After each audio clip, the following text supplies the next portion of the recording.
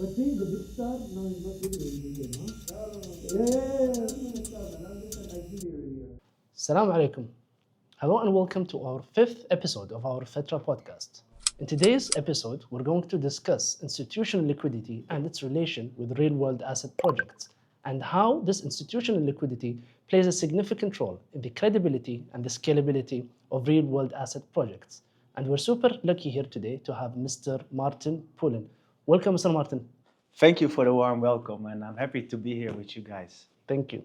And co-hosting this episode with me today, I have my co-founder, Mshar Al-Mneir. So without further ado, I'll let Mr. Martijn Pullen introduce himself and what he does at WELF Capital. So, Mr. Martijn, the floor is yours. Thank you. First of all, I'm happy to be here with you guys, and I'm happy to discuss the amazing topic about real-world assets and what it can bring to the financial world, of course. And I'm head of digital investment at WELF in Dubai-based. What we actually do is we help high net worth individuals get into the digital world, so to say, by step by step, by bridging actually digital assets and Web 2, so to say. So we really want to help them in a way which feels comfortable.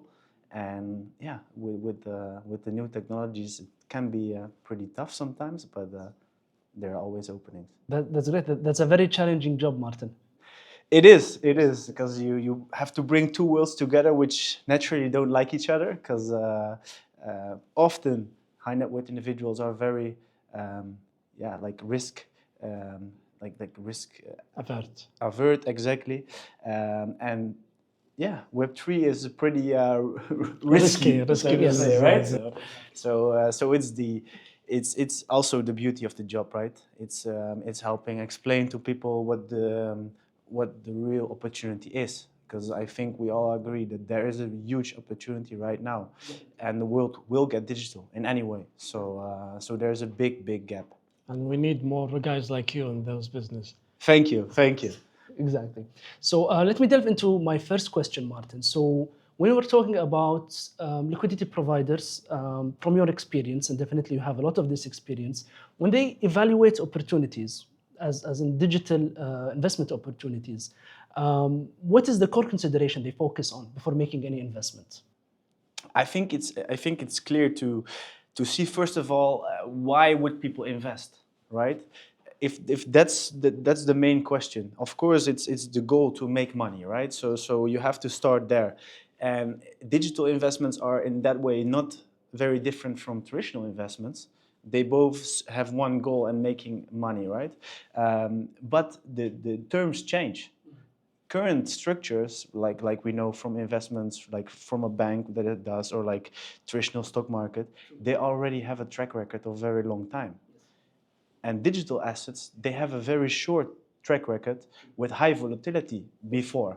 So the games are changing right now. So also the investment types are changing. So what you see actually right now is that also traditional investments are coming on chain and are actually like already getting into the same level of transparency, even more transparent than normal ones. So it will get even more and more on that side. So they're becoming more and more interested in joining in those digital assets. Exactly.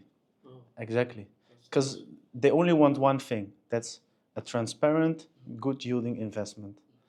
And if you can bring all these things together, yes, it's perfect harmony. Exactly. So from a liquid provider perspective, when an asset becomes tokenized, what does it change?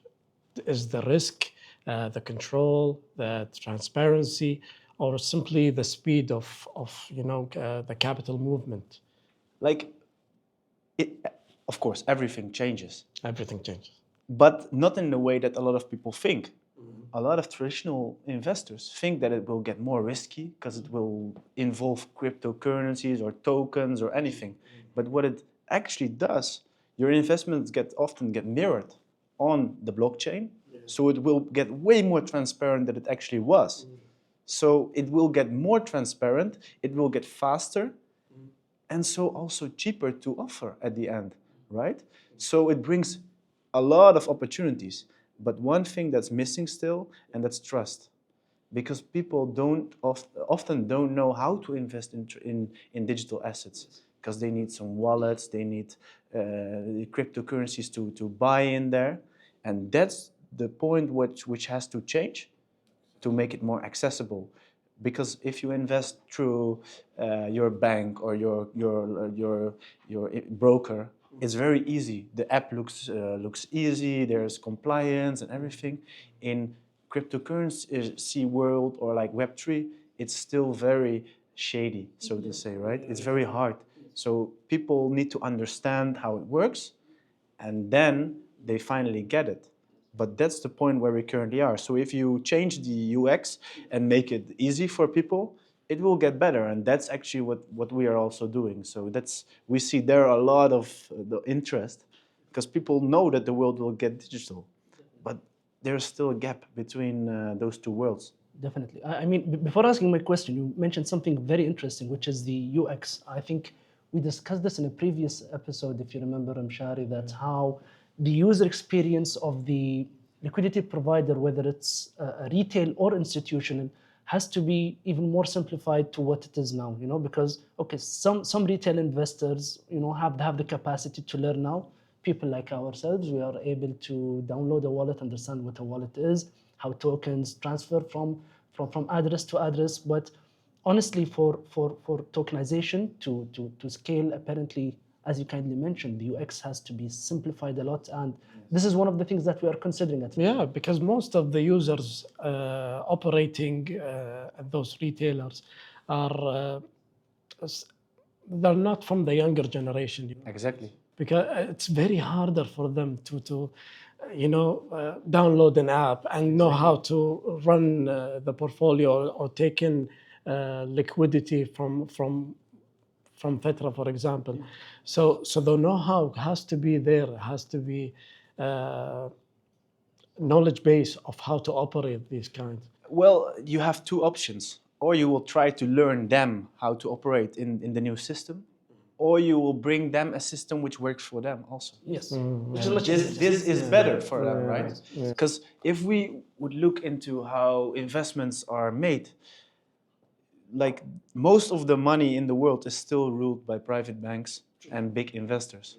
They still call their private banker and they say, can you execute this trade for me? Yes. It's still done that way.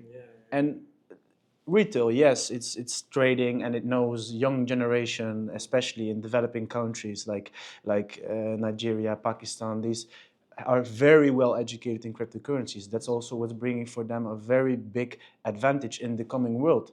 But still, they have very low liquidity there. So if you want to reach real liquidity, you have to play by the rules that real liquid people are playing. And that's making something accessible for them, making something that they understand and they trust. Because now you do see that the big institutions are buying into real world assets. You saw like last year, the volume went from 15 billion to 30 billion. That's a double in numbers, which is huge. And I expect it to maybe even triple or quadruple next year, because a few big guys are enough. But these big guys, they have a lot of money, so they are interested to see the whole structure and to deploy. And then they will keep deploying. But a wealthy individual, which is now calling his banker, is not yet ready. And that's our target market, because they are having the liquidity to invest. But still afraid to take the risk. Exactly. It's still, as you said, mentioned earlier, it's still shady. But I think with proper handling of this situation, it becomes much more elaborate, and because it is transparent after all. Yes, it brings a lot of transparency, but it's still, if they now already working this way that they can just call, why would they go back to downloading wallets and all these things? So we have to bring them something that they are interested in. Exactly. And just to bring you some good news, guys, and I'm sure you're aware of this. Yesterday night I was on those finance platform, because they are tokenizing now more than 200 stocks. And honestly, the experience was way easier than what I expected. So I think real world assets platforms are doing exactly what you guys are mentioning. They are making the user experience much easier for the investors. Talking about real world assets, Martin, definitely you've dealt with retail and institution. So how do they differ in their way of thinking? Specifically talking about real world assets. We're talking about how does a retail investor approach real world assets and how is it different from institutional investors? Retail investors are mostly looking at it from a perspective of participating in something they normally could not.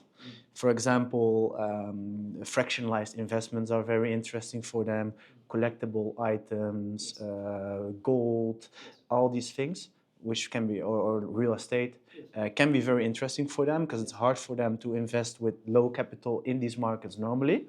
For institutional investors, it's all the other way around. It can be as boring as they want. They don't care. They only care about speed, liquidity, and transparency, trust and yield. That's it. Because they just want their money to grow and they want to have clear liquidity windows and all these things. For retail, it's very different because you also have to consider this. If you would put $100 as a small retail investor, and you put $100, which is probably a lot for you then, and you get 8% yield. That means that after 1 year you have $8 in profit, but you lock your $100 for a long time. It's a long time, right, for them. So it's a big amount for them, and it's not like yielding so much. So it's not the right target market. But if you invest 1 million and you get 80K, that's a lot. It becomes more. It's more lucrative. Exactly. So it's way different. So if you want to look at it from, let me take you back for the liquidity provider. So from a liquidity provider perspective, when those assets, how do they address the risk itself?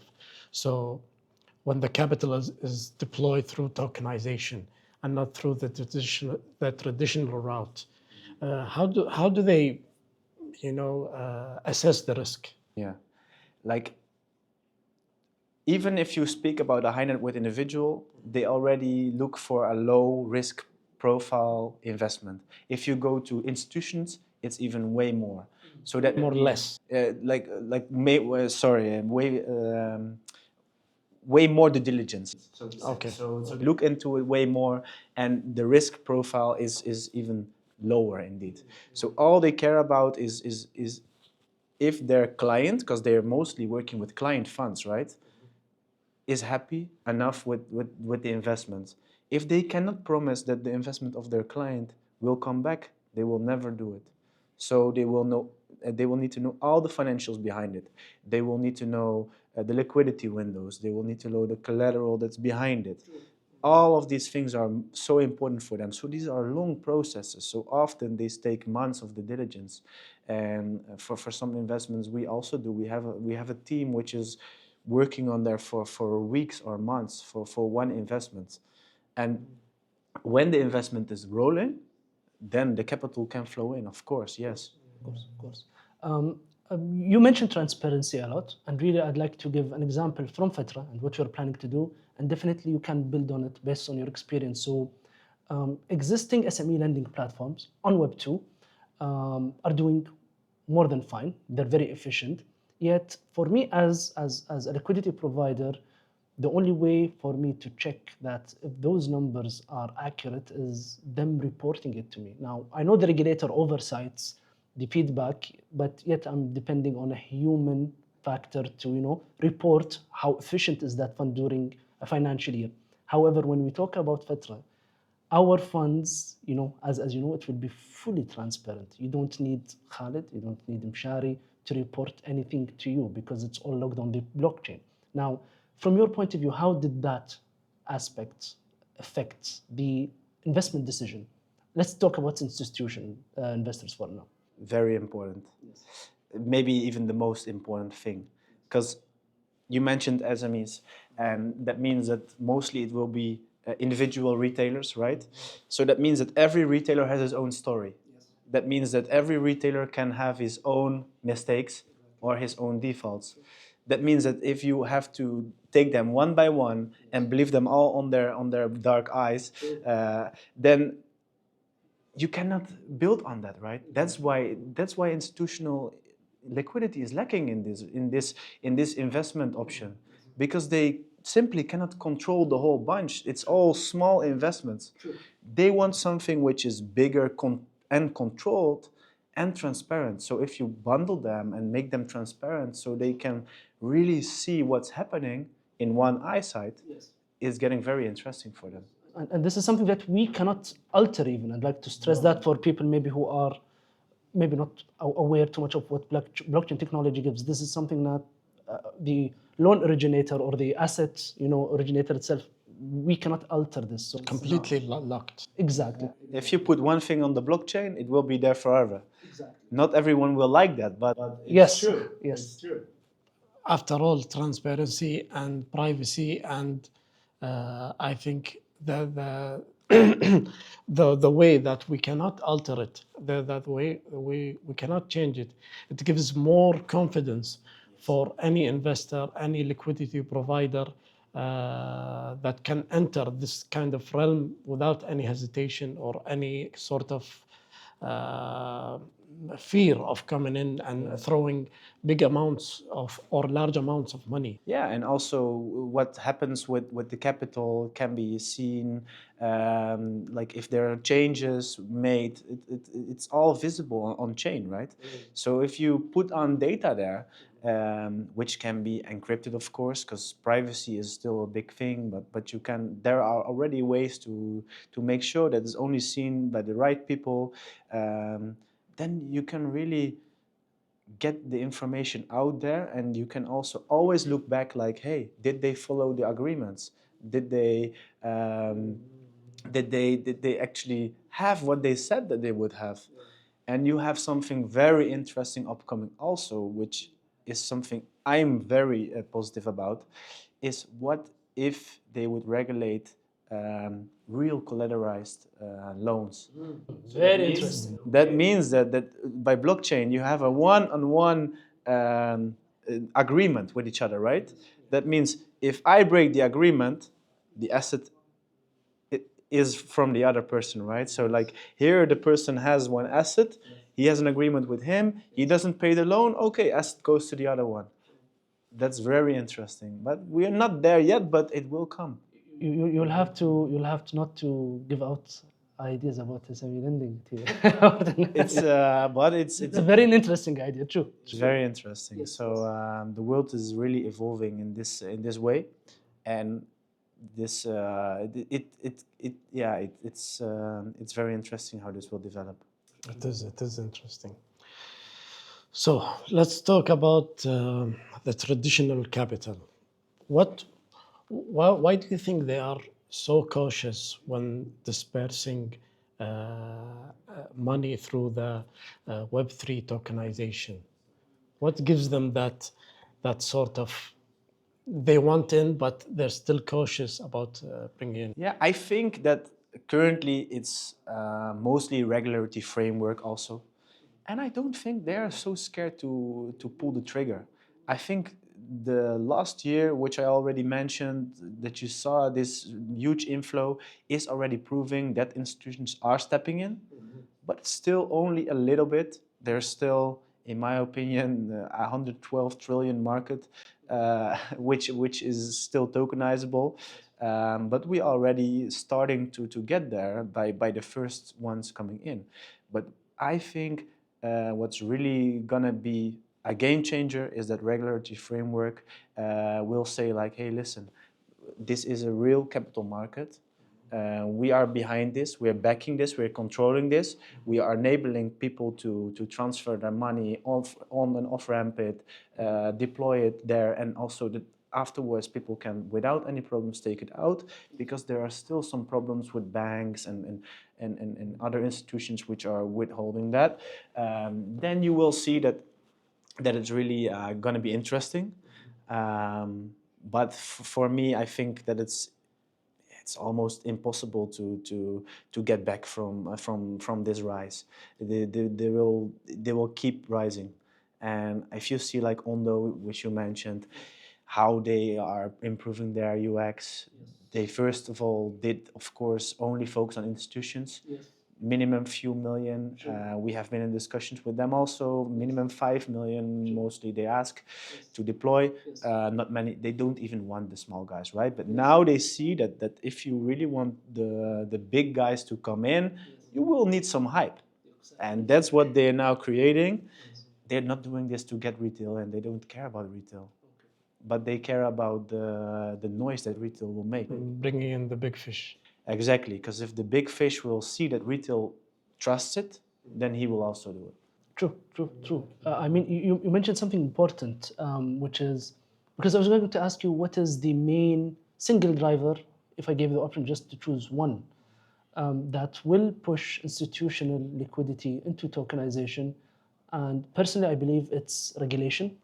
Are we on the same page? I'm on the same page. Perfect. So what I think, and this we have discussed in previous episodes, is that regulation has been moving very rapidly also in the GCC region. I mean, we thoroughly discussed this.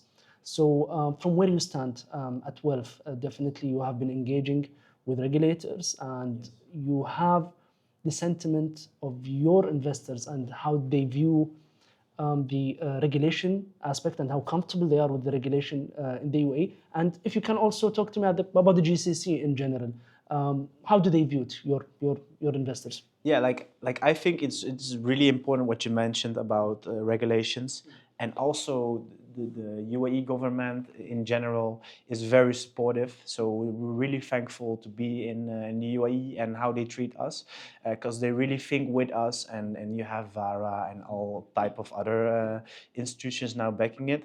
For us, it's very clear how we stand in this. You can create the framework for liquidity. You can create it by any ways, but you cannot create liquidity out of thin air, right? Of course.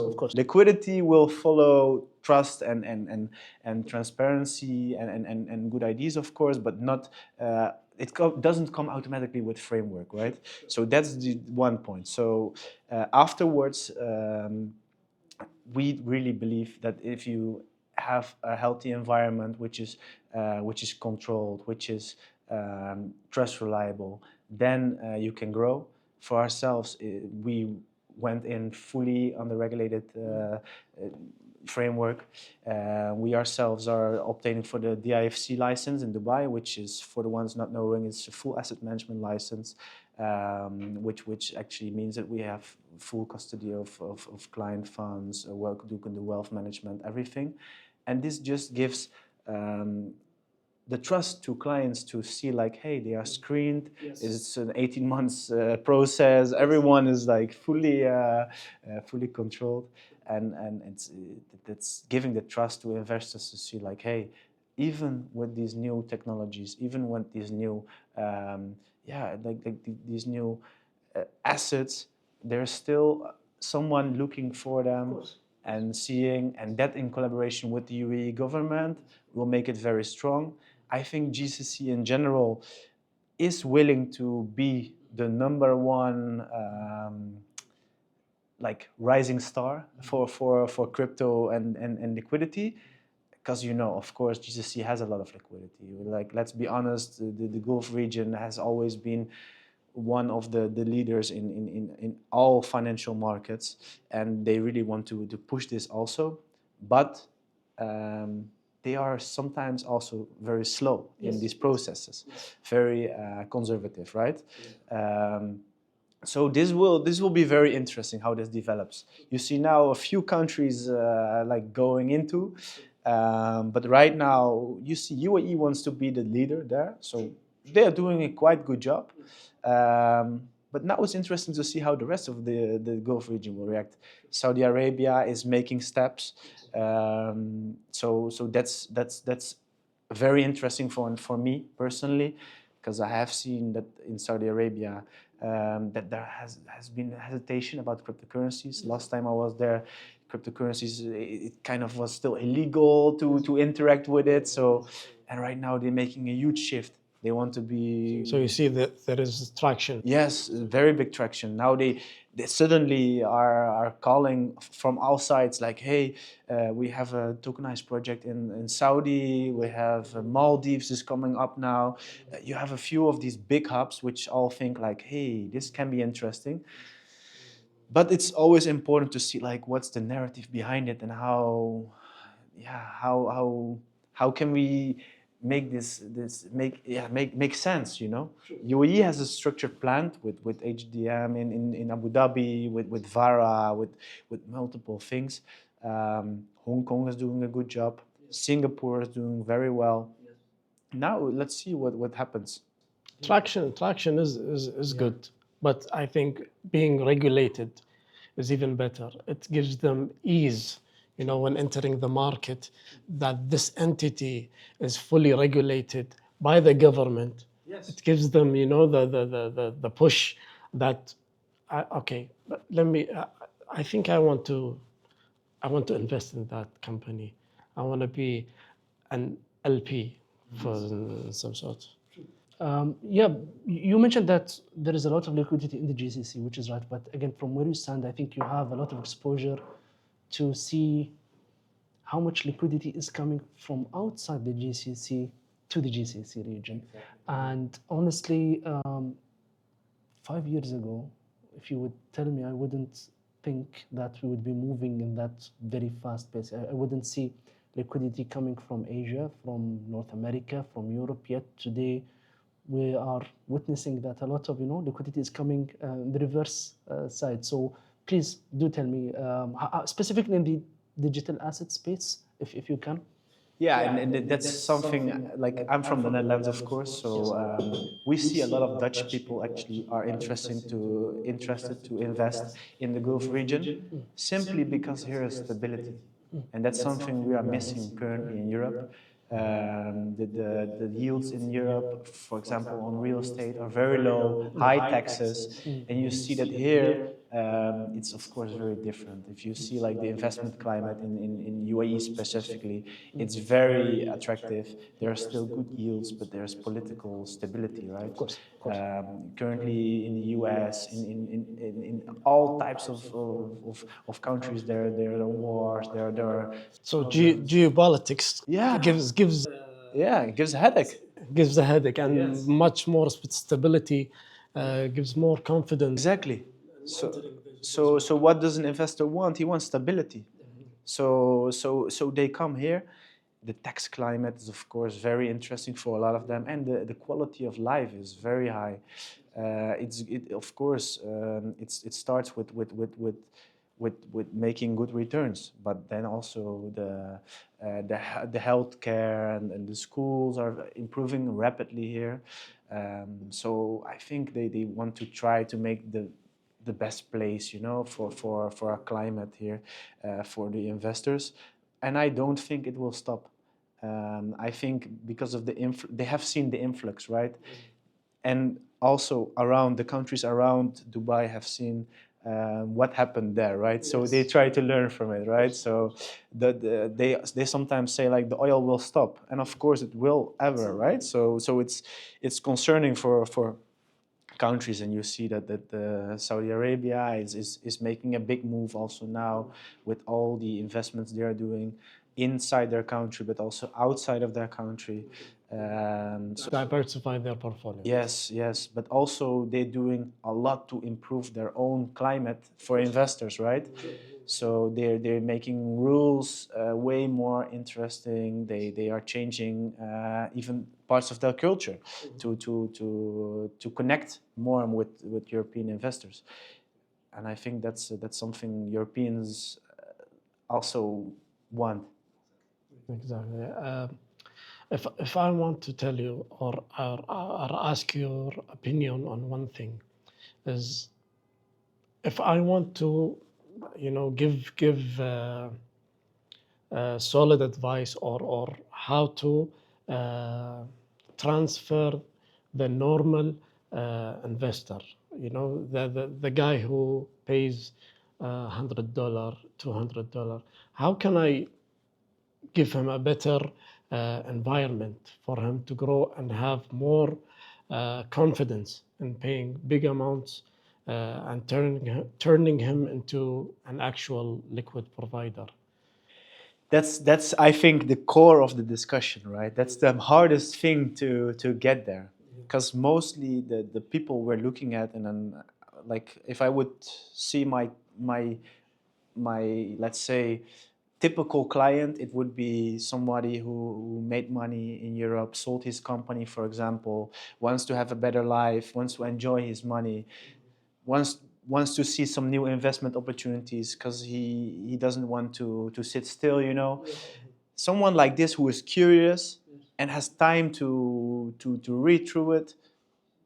He made money by taking risks, right? So that's often people make money by making risks, but they understand their risks, and that's the thing. I think the fear of, when they hear crypto, they think instability.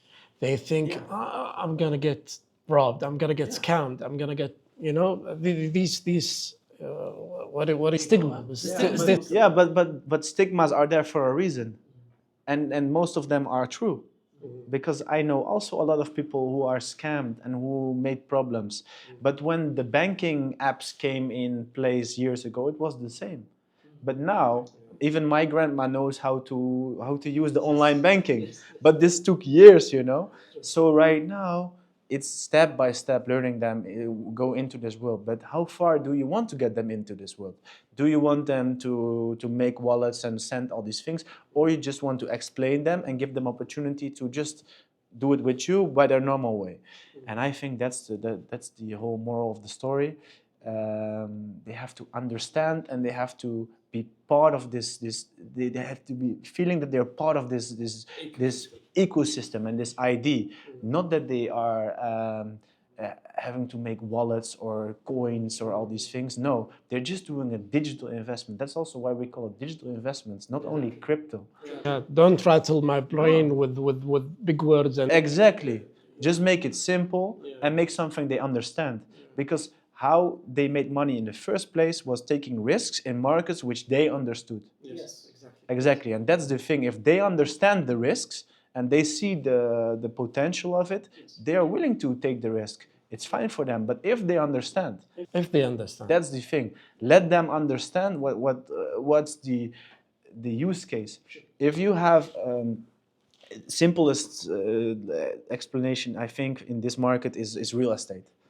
If you invest in real estate in a traditional way, you have to go to the notary, you have to go to all kind of steps, and you buy one small apartment. Let's say you have 1 million and you buy one house. The risk is all in this house. Here, I think in Kuwait will give you half a house. Yeah, you see, okay, half a house, but then you need 2 million. But let's say you invest 1 million in one house, and it pays you 8%. If everything went well, that means that you have all your risk still in one house, at one asset. What if you could invest together with other people, let's say 10 people, into that villa? Then you can have 10 pieces of the villa separated in maybe even 10 countries with the same returns, but with the risks spread over 10 houses. So if one is empty, you still have 9% ROI, and you have the same result. Only the thing is, you don't have to... You minimize the risk. Exactly. And you diversify. Yes. And you don't even have to go to notary. You don't have to all these things, because you share them with all. That's the example of real estate, right? But what we do is we make a mix of all of them and big plots. So you are part of a big investment which you currently would not be able to. For example, you're part of, instead of buying one house for 1 million, you are part of a 50 million house with your 1 million. That's also, then you get access to different opportunities, right? And that's very interesting, because different opportunities, they bring different returns, right? Definitely. It is interesting. Yes, it is very. And I would really like to, again, narrow the discussion, because you gave a very good example about real estate. So let's talk about what we do at Fatra, which is private credit. So you have tokenization, on one hand, Martin, and then you have private credit on the other, and you understand them both. So tell me, how do you think? I mean, there are leading voices in finance that are advocating for the idea that private credit is the next wave when it comes to tokenization, but really like to know what you think. I'm exactly on that side. For us, private credit is the most interesting market because it's simply the least tokenized right now, because it's simply very hard to tokenize. As I also explained before already in short, like you have so many factors, so many different default possibilities that you need so much data to get to a good result and to a good value proposition. Then it's often easier to just go into another market. If you have one private market opportunity, which is just you can allocate everything there and only have to do one time the diligence instead of 20 retailers, yeah, of course you're gonna take the easy option, right? But if you change this, because somebody is already doing the diligence and has all the data, which is real time, that's gonna be the interesting thing. And that's what I think will be a big thing. So that's also why, of course, we are in discussions about a lot of things. But I really think this can be the big wave. Yeah, it is. But let me turn that vision to the SME. Okay, so we're looking through a tokenization lens. Okay, what differs from private credit traditionally through and from a private credit through the tokenization? So what differs through The other borrower, you mean? exactly? Like, in my opinion, often how it now goes, it's not so different. It's not like people will think it's very different, but at the end, it's not so different because you're still doing the same. And the way of capital deployment will be different, and the way of transparency, which is both actually opening doors. So you can what you can still do is have a real financial product and then mirror it on chain. So you can get in normal capital and digital capital. It's not that you have to do only one version, right? And often they think like, you have to make tokens and all these things. No, just make a rightly structured like product out there. Buy a white labeled like platform, for example, and you can already have the structure there, and you just invest like you would always invest actually. And you can still get in investments from all sides outside of crypto.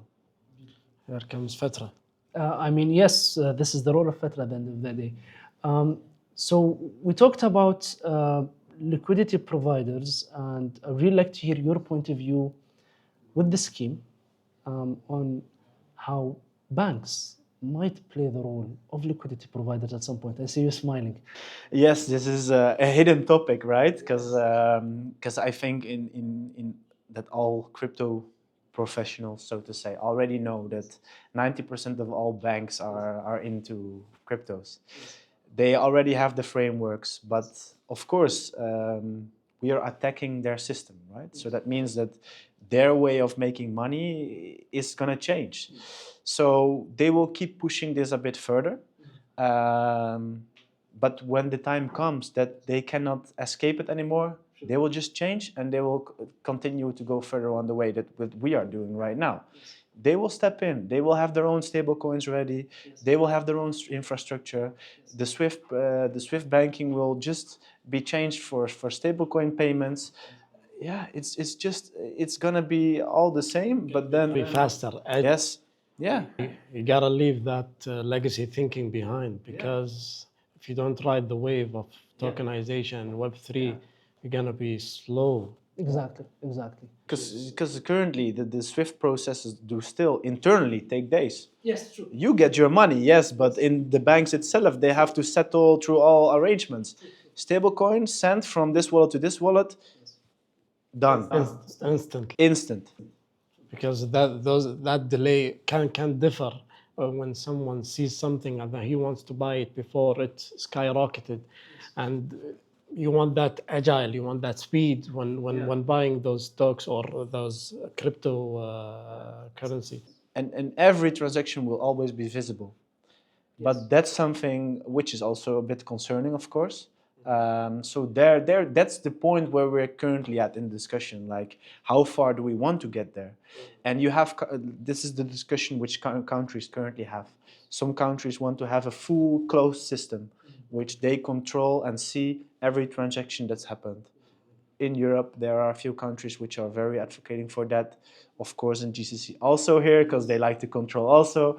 In Asia, they're way more friendly on that side, privacy friendly. So they're like, we want to have like a semi one, so we can see the entry point and the outgoing money, but inside it's still like a bit open. So that's currently the status where we are. Like, world leaders are currently discussing what kind of structure are we going to use. Banks are discussing this. So that's the next step, but we'll get there in a few years. I think, yeah, I think we will get there because, you know, when you see the banks are already, some of the banks in the UAE, I mean in the GCC, most of them are interested in that, and one of them are in fact using that kind of technology within the bank. For a specific service, although still. But most of them are already, they have the framework already ready. Most of them have already their own stable coins. They have the framework ready, but they just don't use it yet. Maybe with time, as They have to be ready. true. Since you have a very good, again, oversight on digital assets, let's get a little bit technical before we round up our episode today. So can you tell me about the technology that institutional liquidity providers or partners would prefer to work on? I mean, what kind of blockchains, what kind of layer 1 or layer 2 projects? They might tell you, okay, Martin, this is our preference. We'd prefer, maybe we'll work on this blockchain, but not the other. So have you noticed any preferences there? Yeah, what set them at ease? Yeah, I think most of them currently, the big standard is Ethereum on there. Like most institutionals, they are building on Ethereum or layer 2s on Ethereum. So everything which comes there, I think that's the most trusted. But what's interesting is that you're gonna see way more layers which are like purpose built. So you see purpose-built layers for companies, for wealth managers, for even banks later on, I guess. So they're gonna use their own infrastructure on the existing Ethereum network, which they can build, for example, a data layer or a yield layer, all these type of things. That's gonna be a very interesting one, and because the volumes will rise, it will also be worth it to build their own infrastructure. So there are going to be AI layers, data layers, all type of things are going to be there. Yes, and it's going to be very interesting who is going to capture the volumes. But for now, my best guess would be that Ethereum still will be leading. Second best. We don't want to market anything, but what are you noticing from the market? Who's catching up, especially in the tokenization of real world asset segment? Yeah, there are a few very good ones out there. Like lately, I've been researching, of course, because the year was ended. I checked all the performances of protocols and everything, but a few are very good. One of the ones I like personally is Pendle. Pendle is good, so they are doing a very good job. Maple is doing a very good job, which is also reflecting in their growing assets, which is simply because they have a good product. And they work with the right liquidity providers. They don't have to get retail in at so much levels. No, they have a few big guys who are investing in them, and they keep deploying more and more, and their assets grow. So they grow every year.